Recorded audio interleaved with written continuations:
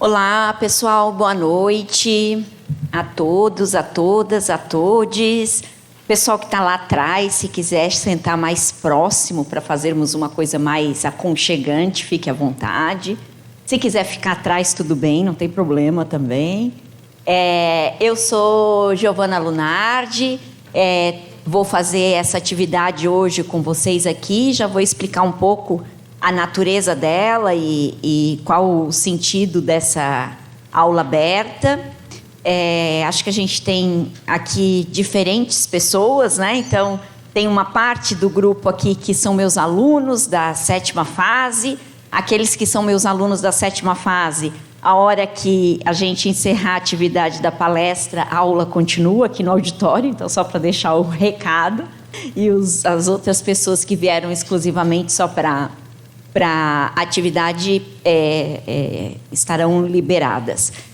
Bom, a ideia desta aula aberta é socializar com vocês uma conferência que eu realizei na Universidade de Lisboa, subsidiada pela UDESC, num edital que nós temos, um edital público que se chama ProEvem. E esse edital, ele possibilita o deslocamento, a participação dos professores da universidade em eventos internacionais. E um dos compromissos que a gente tem dentro desse edital é que a gente faça publicamente a mesma apresentação, o mesmo trabalho que a gente socializou na Universidade Internacional dentro da UDESC. Então, o que eu vou apresentar aqui para vocês é uma síntese, digamos assim, dessa conferência que fez parte de um simpósio que foi apresentado no Congresso Ibero-Americano de Políticas de Administração da Educação e no Congresso Luso-Brasileiro de Políticas de Administração e Educação. É um evento ibero-americano organizado pela ANPAE, que é a Associação Nacional de Políticas de Políticas Educacionais e Gestão da Educação do Brasil. E o nosso simpósio se chamava Diversidade, Inclusão e Gestão Educacional, as ameaças das políticas conservadoras na educação pública.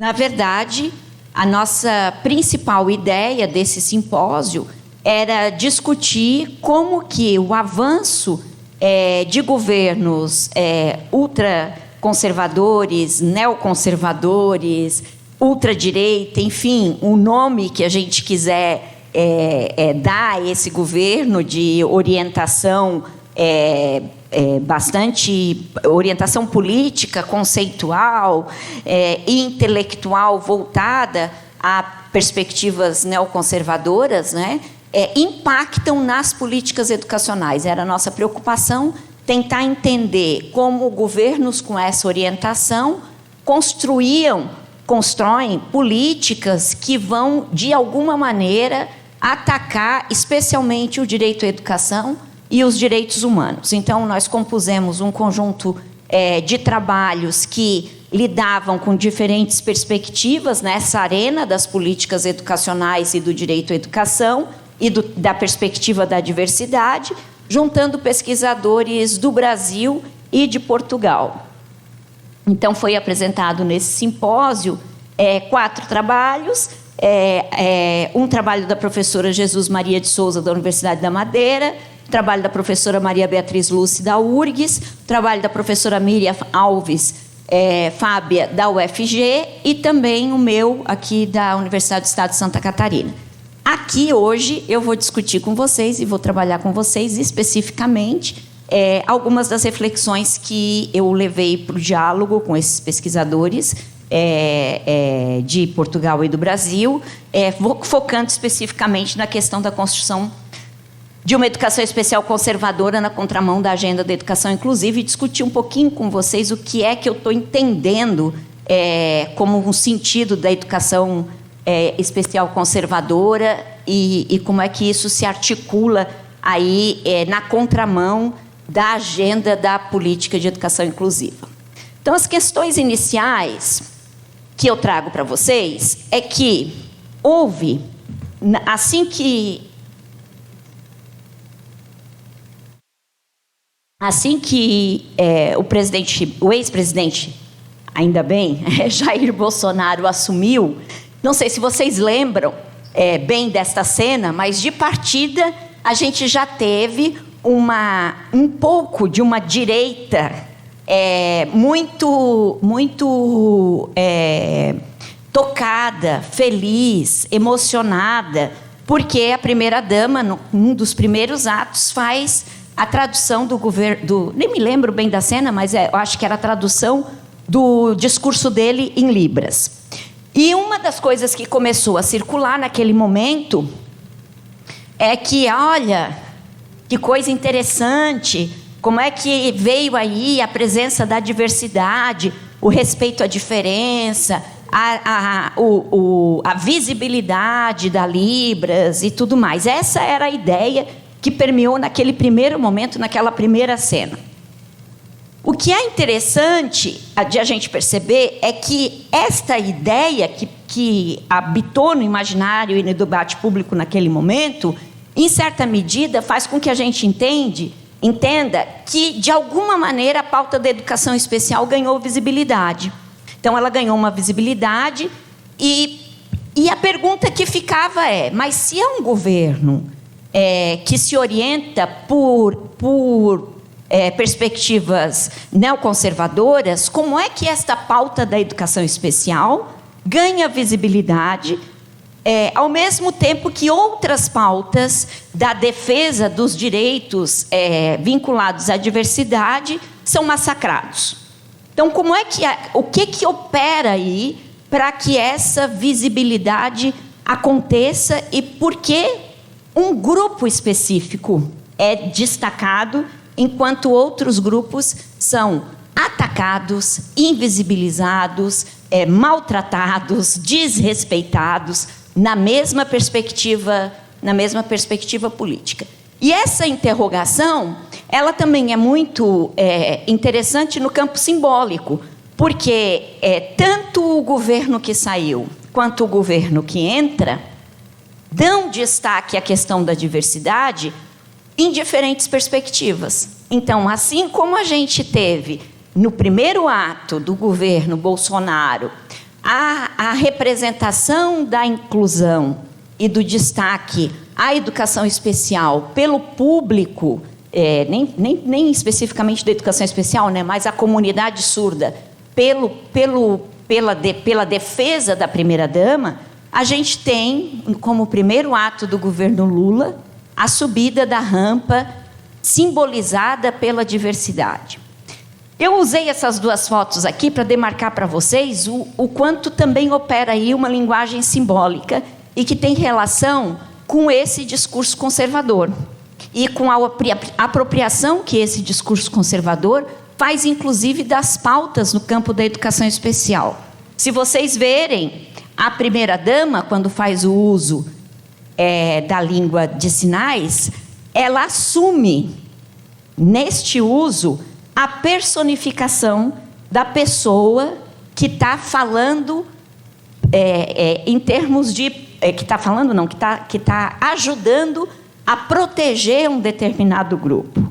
Então, é uma pessoa que está sensibilizada, que fala por eles, que representa eles. E aí um processo de personificação que é típico, inclusive, de uma perspectiva conservadora da forma como se entende até o papel da primeira-dama em modelos políticos conservadores. Se a gente for voltar historicamente na história da educação especial, nos anos 50, nos anos 40, a gente vai ver que em todo município desse país, a primeira-dama era aquela que era responsável antigamente, vocês são muito jovenzinhos, mas antigamente pela...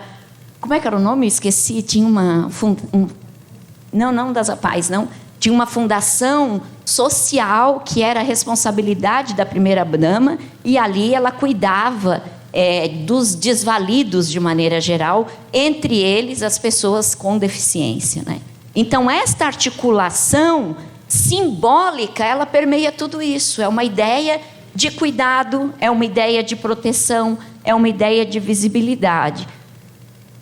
De uma visibilidade que não é dada ao sujeito, mas uma visibilidade que é dada a quem protege o sujeito, a quem pode ajudar o sujeito. Neste segundo quadro, a gente já vê as diversidades e não a identificação e a personificação de um grupo. E isso também provoca uma virada na forma de compreender do que a gente está falando quando a gente está falando de uma perspectiva de educação orientada pela diversidade. Eu vou trabalhar isso mais tarde para tentar mostrar para vocês o quanto a história da educação especial também é uma história constituída dessa perspectiva conservadora.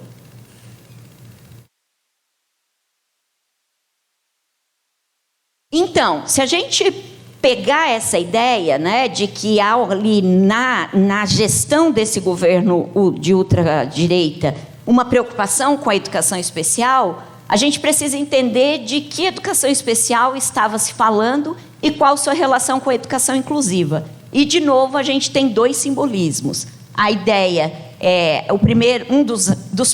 uma das pouquíssimas coisas que o governo Bolsonaro fez enquanto plano, enquanto proposta de educação, foi um novo decreto da educação especial.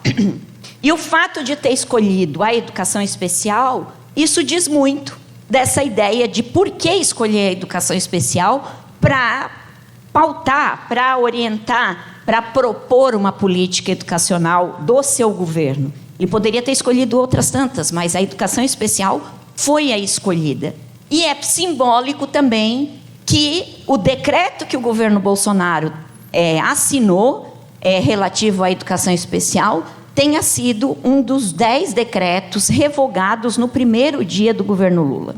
Então, isso também demarca que nós estamos aí numa disputa política, numa arena de disputa política, que demarca diferentes perspectivas de educação especial e também de educação inclusiva, né? Mas a grande questão que eu gostaria de partilhar com vocês é essa pergunta aqui. O conservadorismo da educação especial brasileira foi uma invenção do governo Bolsonaro? Então, ele vem com o governo Bolsonaro? E a minha hipótese de trabalho, assim como de tantos pesquisadores que estão aqui de educação especial, é de que não, que, na verdade, o governo Bolsonaro potencializa, estabelece, bota para cima uma compreensão de educação especial que a gente levou anos para tentar romper, mas que está no cerne, está na gênese e está na história da forma como a educação especial brasileira foi sendo tratada pelos governos brasileiros e pelas políticas educacionais dentro do Brasil. Nesse sentido, vou tentar mostrar para vocês aqui alguns argumentos que ajudam a gente a entender aonde está a disputa e por que esta questão de como a educação especial, numa perspectiva conservadora, ela vai na contramão da agenda da educação inclusiva. Um dos primeiros argumentos é a ideia de que a educação inclusiva ela é uma ideia venerável, né? O professor Alfredo Artiles trabalha com essa concepção para nos explicar assim, como ideia venerável, ela serve a diferentes interesses políticos. Então, não necessariamente ela é, em si, uma ideia progressista. Ela pode servir a interesses conservadores e ela pode servir a governos que tenham orientação conservadora. Por isso que ela ele trabalha com essa ideia de que ela é uma ideia venerável.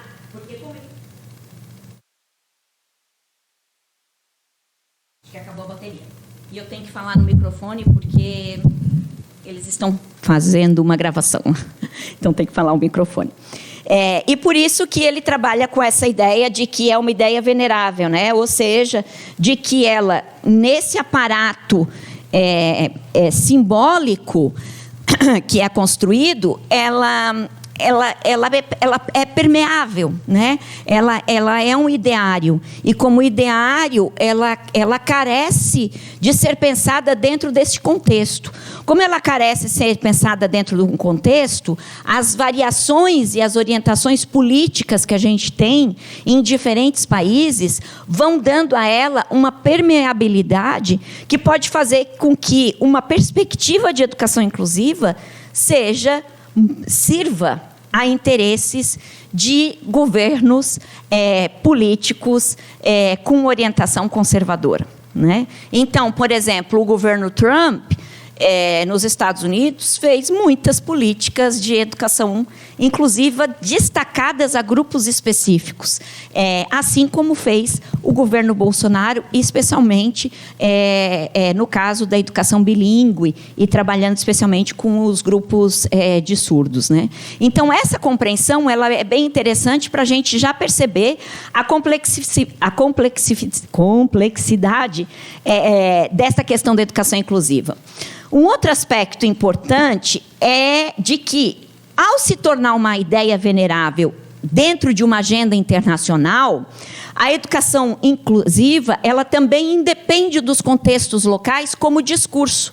Ou seja, ela transita, ela viaja, né, como a gente fala nas políticas educacionais, ela viaja de países para países como um ideário, como um plano, e, ao mesmo tempo, ao viajar,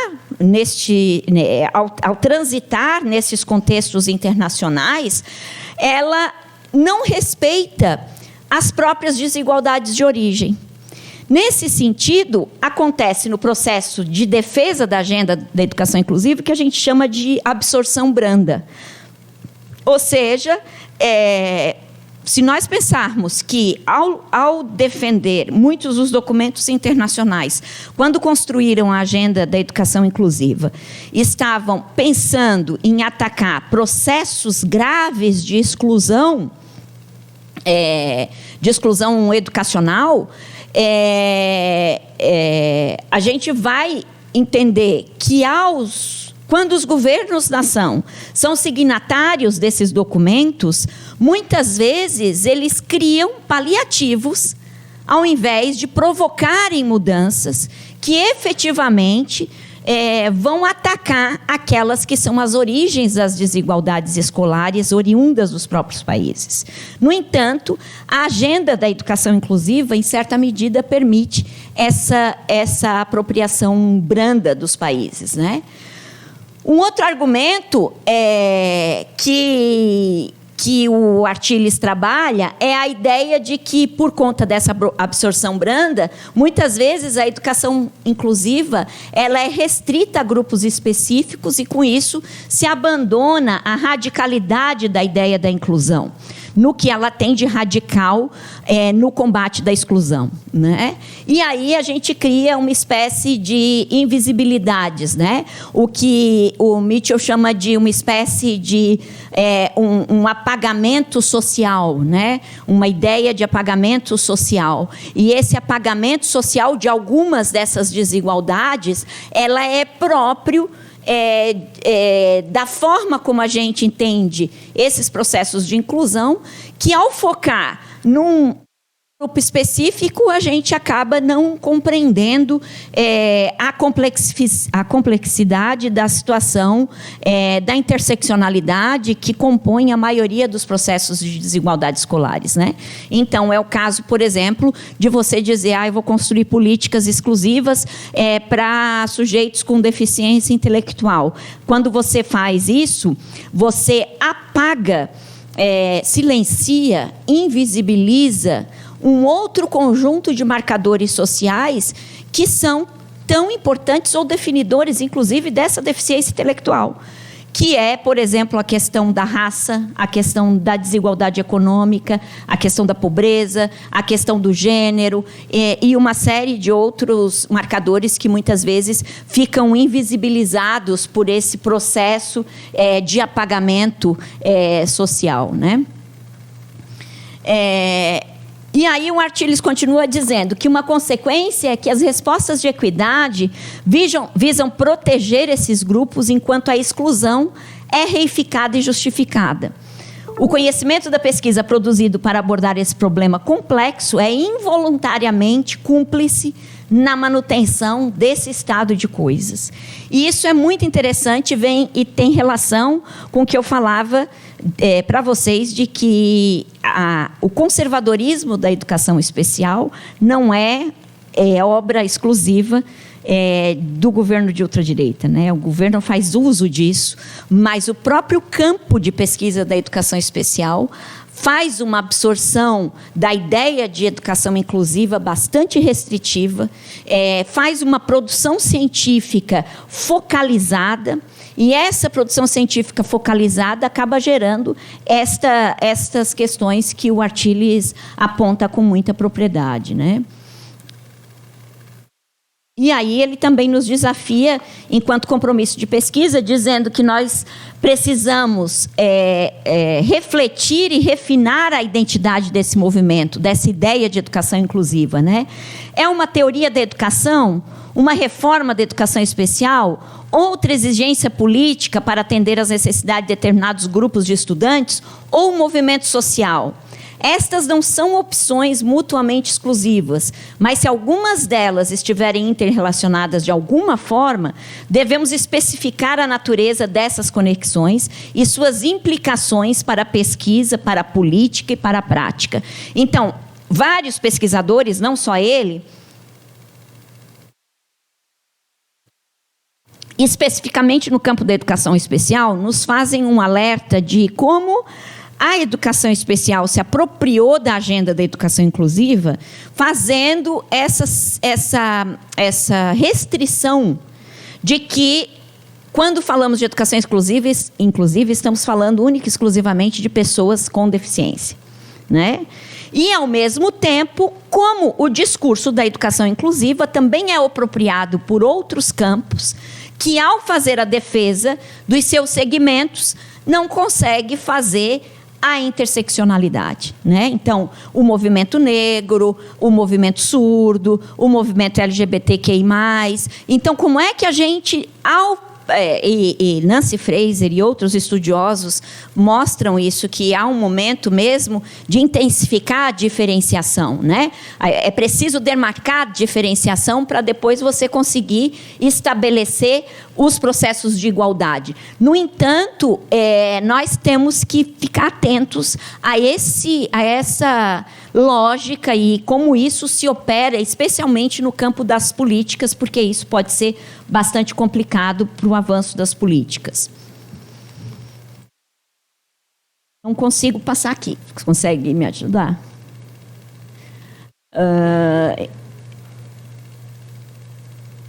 Eu já falei isso.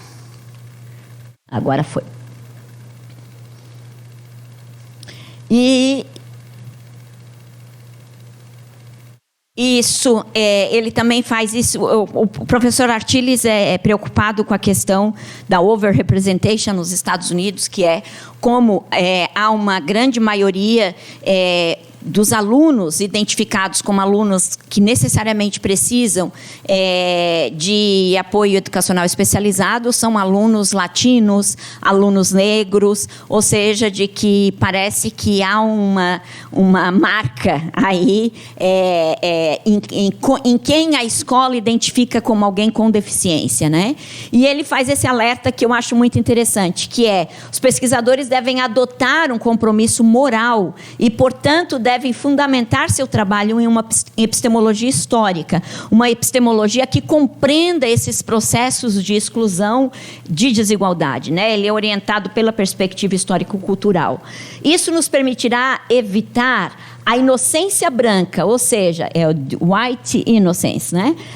O exercício de ver as evidências científicas sobre as desigualdades como novos insights, conferindo, assim, a inocência de um novo começo.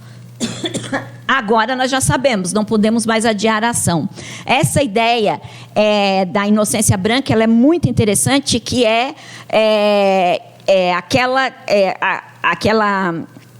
aquele típico processo do pesquisador que, de repente, descobre que as crianças negras sofrem mais bullying na sala de aula, por exemplo. as crianças com deficiência intelectual sofrem mais um determinado tipo de violência. Ou seja, esse fenômeno sempre esteve ali. E foi construído historicamente pelas marcas sociais da exclusão, pelas marcas sociais das desigualdades. Então, o pesquisador precisa ficar atento a isso, em como ele mobiliza essa compreensão histórica dos fenômenos, para que ele não seja também vítima de uma ideia de que parece que isso nunca esteve aqui. Não, isso sempre esteve. Talvez você não tenha tido a capacidade de enxergar antes, e esse processo precisa ser esclarecido, né? Precisa ser compreendido.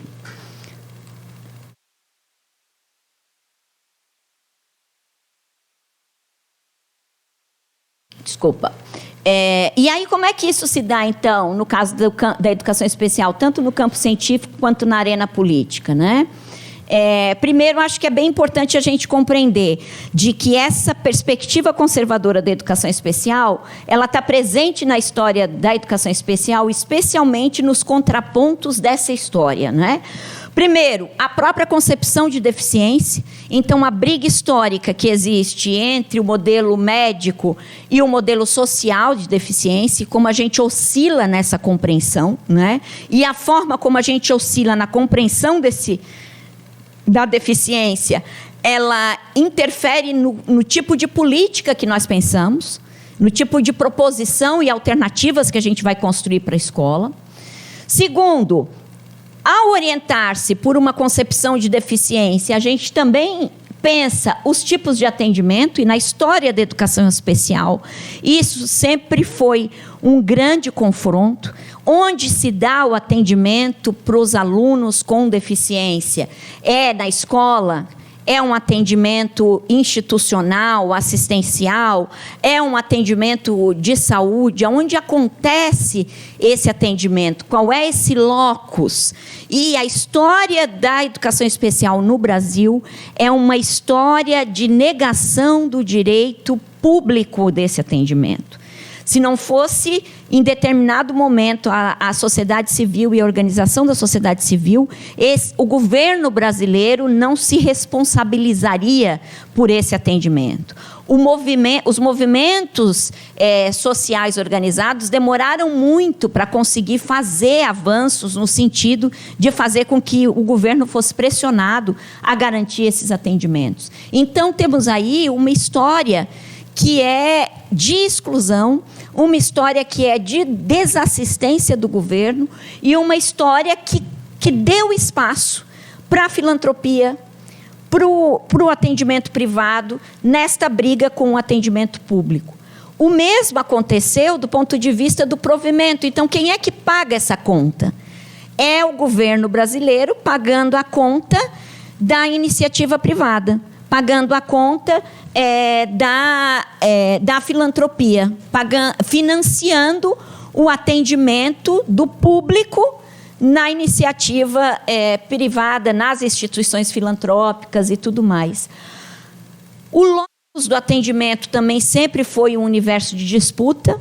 Então, aonde esse atendimento vai acontecer é na escola. A escola, eu já vou mostrar para vocês, ela começou a ser o locus preferencial ainda de atendimento só a partir da Constituição Brasileira de 1988. Então, é uma história muito recente dessa briga. E, ao chegar na escola, ainda nós temos uma briga que é qual é o melhor espaço. É o atendimento educacional especializado? É a sala de aula comum? Então, vejam que o ideário conservador, ele permeia a história da educação especial brasileira e é um ideário com o qual os movimentos políticos organizados, a defesa da educação pública, a defesa do direito à educação, sempre tiveram que brigar. E nem sempre essa luta foi vitoriosa.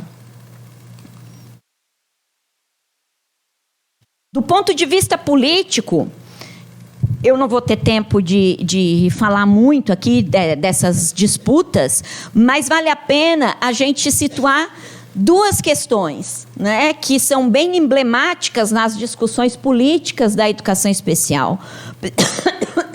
Primeiro, é a questão do preferencialmente, né? E depois é a questão do público-alvo. Então, a primeira discussão foi aonde se atende, a que atendimento esses sujeitos têm direito. E a nossa Constituição Federal vai falar, porque era um determinado momento, uma determinada compreensão, uma determinada lógica de que essa população teria direito preferencialmente à rede regular de ensino. Essa ideia do preferencialmente, em 2001, quando começa a se discutir os ideários de educação inclusiva e tudo mais, e o Conselho Nacional de Educação aprova as diretrizes nacionais para a educação inclusiva, que depois, para a educação especial na educação básica, que depois vão, inclusive, ajudar a compor a Política Nacional de Educação Especial, na perspectiva da educação inclusiva, essa discussão do preferencialmente começou a tomar fôlego no Brasil. E aí o próprio documento de 2001 vai mudar a palavra e vai usar a palavra extraordinariamente, né? Tentando dizer que não, que é o contrário, né? Que assim, é em casos muito, muito, muito pontuais. A Política Nacional de Educação Especial, na perspectiva da educação inclusiva, tenta romper com a ideia do preferencialmente, no entanto, precisa necessariamente botar e definir qual é o público-alvo. E vejam, quando a gente vai para países mais avançados do ponto de vista dos modelos de educação inclusiva, a gente vê que o público-alvo deixa de existir. Porque o foco é na construção de uma escola inclusiva. E nesta perspectiva orientada pela diversidade, independe o público. Independe o público. A ideia de que a diversidade compõe a educação, compõe a sala de aula. E você precisa ter orientações políticas que deem conta desta diversidade. Do mesmo modo, a partir da publicação da política, a gente tem um conjunto de decretos que vão constituir o AE, que vão regulamentar a forma de financiamento, e aí começa uma briga sem fim, né? Uma briga política acirrada, uma briga política levada a cabo por representações em cada uma das instâncias, né? Deputados que defendem os interesses das instituições filantrópicas, senadores que defendem esses interesses e tudo mais. E, no final de tudo isso, nós perdemos a luta com a inclusão no PNE de 2014 da Meta 4, em que aparece de novo a universalização para a população de 4 a 17 anos com deficiência, transtornos globais, desenvolvimento e altas habilidades, o acesso à educação básica e o atendimento educacional especializado, preferencialmente na rede regular de ensino. Esta ideia do preferencialmente na rede regular de ensino, no PNE, orientou, por exemplo, as brigas a respeito do Fundeb, né? E da dotação orçamentária para uma outra problemática na educação especial, que é a ideia da dupla matrícula, né? Então, as instituições filantrópicas, nomeadamente no caso de Santa Catarina, as mais organizadas e famosas são as APAES, né? Eu acho que nós não temos nenhuma outra, né, Fran? Mas a AMA não tem uma extensão no estado inteiro como tem as APAES. Não é o caso. Eu acabei de vir do Paraná e fiz parte de uma banca muito interessante no Paraná sobre as escolas específicas que tem no Paraná, né, regulamentadas por lei e tudo mais. E a discussão foi muito interessante porque eles têm lá toda uma estrutura de que agora são escolas, né? E aí a gente pergunta, mas então antes era o quê, né? Se agora que é escola, antes era o quê? O que era, né? É bem interessante. Então, cada estado acaba tendo uma configuração muito própria, mas a mais famosa no Brasil inteiro são as APAES, enquanto instituições filantrópicas, que, por conta este arcabouço construído pelos decretos, pelas resoluções e tudo mais, conseguiram constituir dotação orçamentária própria para o desenvolvimento do serviço educacional especializado dentro, né, das APAES, em apoio à rede regular de ensino, em alguns casos, e em outros não, né? Esta é a história da educação especial brasileira, é uma história de disputa de financiamento, é uma história de disputa de lugar, é uma história de disputa do público, né? A grande questão conservadora aí é de como o debate é diluído a ponto de não ter como centralidade a escola pública. Então, este que é o grande elemento que a gente precisa compreender e que é complicado nesta história, na forma como a gente teve a Constituição da história no Brasil. O que acontece em 2020 com a Política Nacional da Educação Especial proposta pelo governo Bolsonaro a retomada, digamos assim, de um conjunto de coisas que tinham conseguido ser banidas, né? Então, vejam que o próprio ideário da política, né, a forma como a política é constituída, ela já tira a questão da educação inclusiva, ela traz a questão do equitativa, do inclusivo, do aprendizagem ao longo da vida, porque o foco aqui não vai ser a escola, né? O foco aqui vai ser a individualização, e eu vou trabalhar um pouquinho aqui quais são os ataques principais que a gente vai ver nessa política e o quanto isso vai ser complicado. Uma das primeiras questões que a gente via nesse decreto é que o princípio da educação inclusiva no campo dos direitos humanos, ao defender fortemente a segregação por meio de escolas especiais, aos quais... Desculpa, faltou uma palavra ali.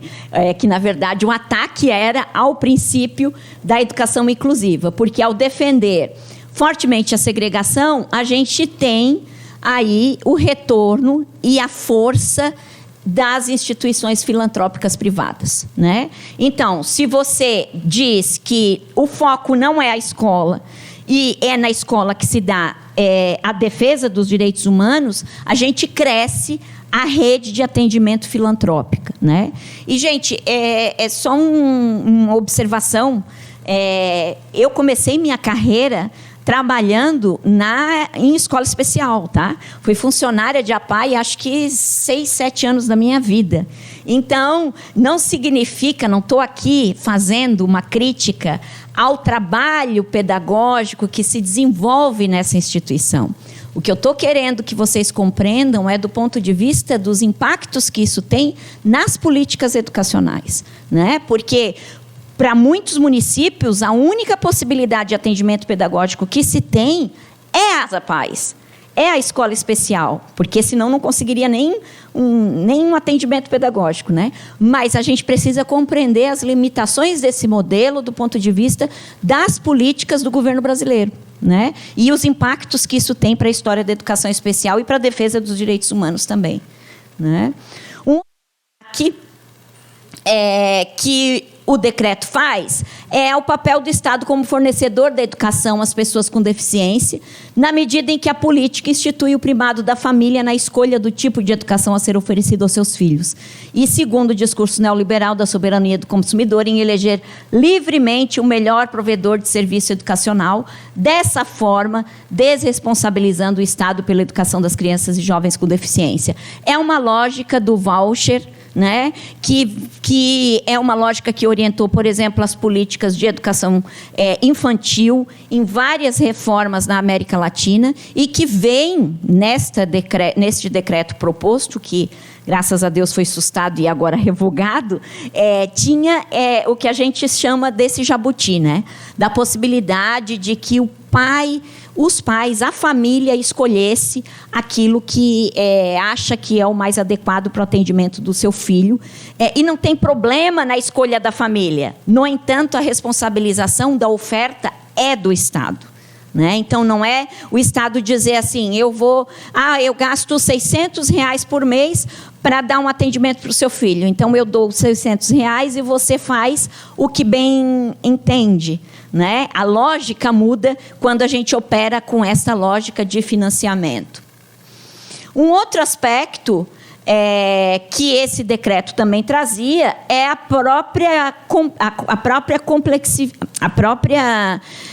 os próprios problemas de compreensão, tanto do que é a educação especial, quanto do que é a educação inclusiva. Isso aparecia muito fortemente nesse texto, né? Vejam, a grande questão que fica para nós dessa experiência vivida é por que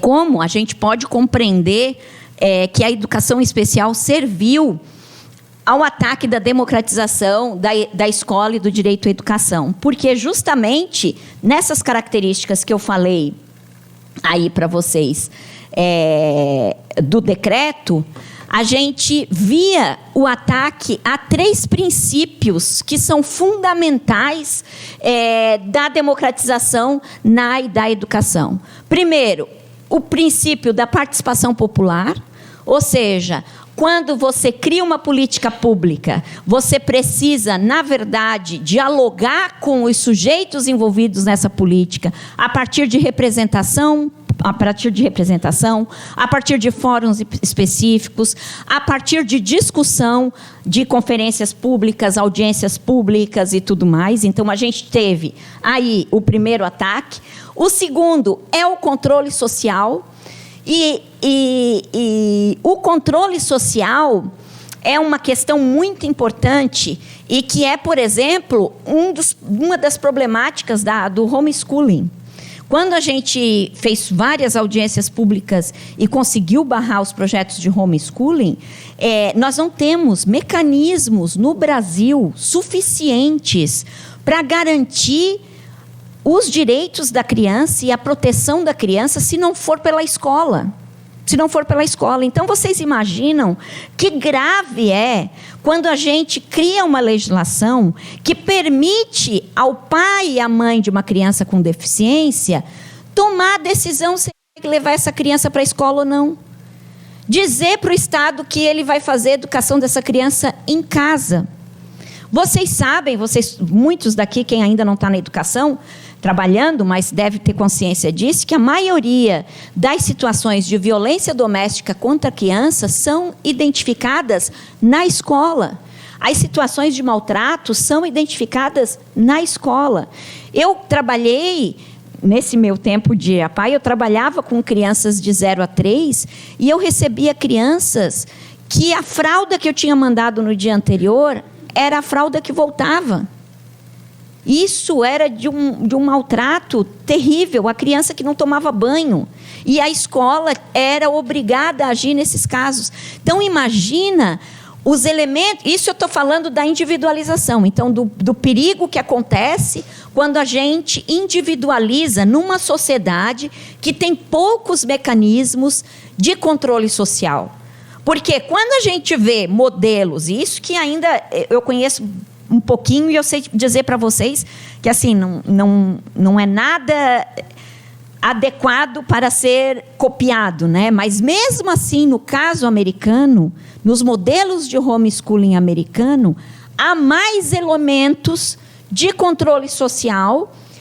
Os pais precisam se apresentar, tem uma estrutura de visitação que funciona funciona, né? Enfim, mas que é muito difícil pensar no caso do Estado brasileiro, que não tem estrutura mínima de controle social para algumas dessas ações. Então, o controle social é um aspecto importantíssimo no acompanhamento das políticas públicas, na avaliação dessas políticas e tem relação direta com o processo de democratização da educação. E a outra questão é a cooperação e colaboração federativa, né? Então, não se faz democracia na educação se a gente não tiver a articulação dos entes federativos. E no modelo da educação especial, essa articulação é muito frágil, né?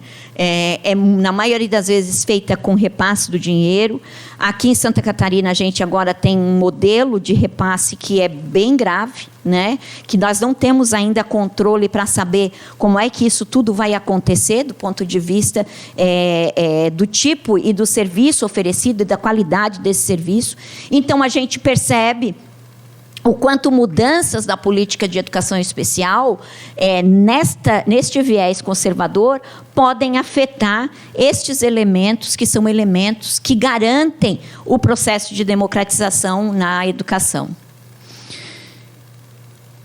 A partir de tudo isso, então, gostaria de encerrar apontando para vocês alguns desafios que a gente tem para a pesquisa, né? Primeiro, como é que os estudos na área da educação especial têm enfrentado esse conservadorismo? Um conservadorismo que é epistemológico, um conservadorismo que é político, um conservadorismo que é social. Por que socialmente... desculpe, vou falar de outro modo. Uma das estratégias que governos de ultradireita utilizam é o que alguns autores chamam de sequestro das subjetividades, né? Então, eles vão construindo uma pauta e essa pauta ela vai circulando socialmente e daqui a pouco você confia plenamente naquela pauta e você acha que aquela ideia, inclusive, é sua, né? Porque você pensa daquele jeito. E isso é tão forte. Nós todos aqui estamos num estado que não conseguiu vencer o bolsonarismo, nós estamos num estado altamente fascista, conservador, né? E a gente vê isso cotidianamente, na família. Quer dizer, você diz pro primo: a vacina funciona. E ele vai te dizer: a vacina não funciona porque eu recebi no meu WhatsApp que não sei quem aconteceu tal coisa quando tomou a vacina. Você é uma pessoa que ele confia. Você é uma pessoa que tinha um vínculo formativo com ele. Ele sabe quem você é. Ele sabe que você é um estudioso. Ele sabe que você... Mas naquele momento... Ele prefere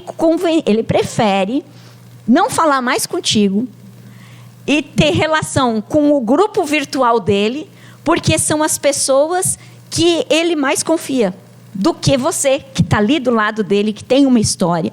Isso aconteceram em inúmeras famílias e continuam acontecendo. Os pesquisadores da educação têm que ter uma resposta para isso.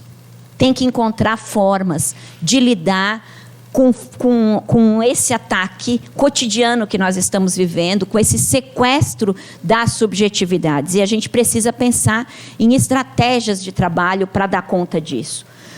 Outra questão: como é que os estudos na área da educação especial têm contribuído para o avanço do direito à educação e à defesa dos direitos humanos? No nosso grupo de pesquisa, a gente tem trabalhado o tempo todo com isso.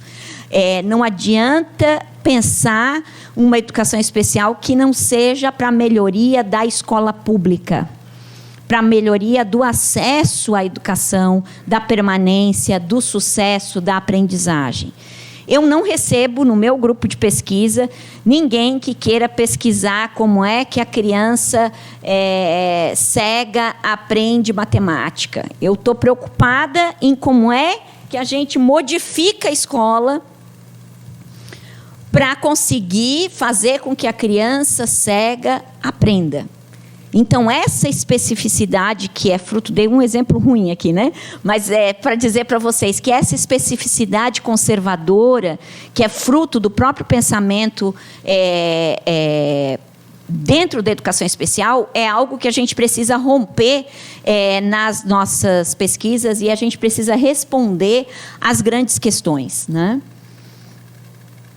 Como os estudos da área da educação especial têm se preocupado com a construção de uma escola democrática e como temos vinculado a discussão da exclusão dos alunos com deficiência no bojo do debate sobre a desigualdade.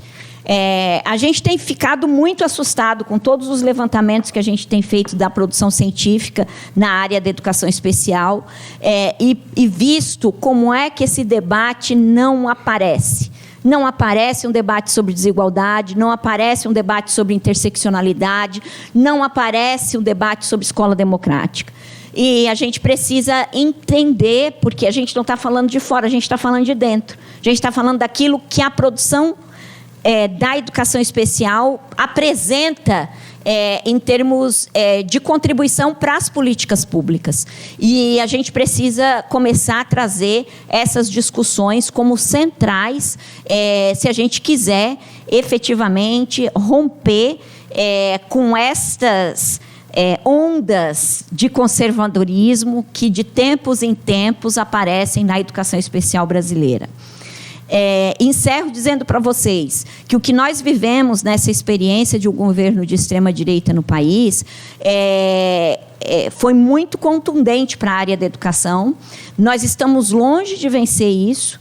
Como eu falei para vocês antes, o fato de a gente ter mudado o direcionamento político é só uma das faces dos enfrentamentos que a gente precisa viver, mas o fato de, nesta pauta, a pauta da educação especial ter sido sequestrada por esses interesses, nos revela muito. Revela que a gente tem um campo ainda muito maleável a esses interesses. Revela que a gente tem uma produção científica que, em certa medida, pode orientar e pode servir a esses interesses, e revela que a gente precisa ser ainda mais forte na luta e na articulação desta defesa da educação inclusiva para a melhoria da educação, e não especificamente na discussão centrada na educação especial. Meu Deus, falei muito, mas é isso que eu gostaria de partilhar com vocês. Muitas das ideias que eu trouxe ainda estão em fase de ebulição. A gente não tem nada concluído ainda aqui, é mais no sentido mesmo provocativo, e é provável que ao longo desse ano a gente consiga ainda, com base nas... Se a Amped deixar, né? Com base nas investigações que a gente vai fazer, aprofundar algumas dessas ideias. Vou pedir para minha assistente lá parar a gravação, e aí a gente fica com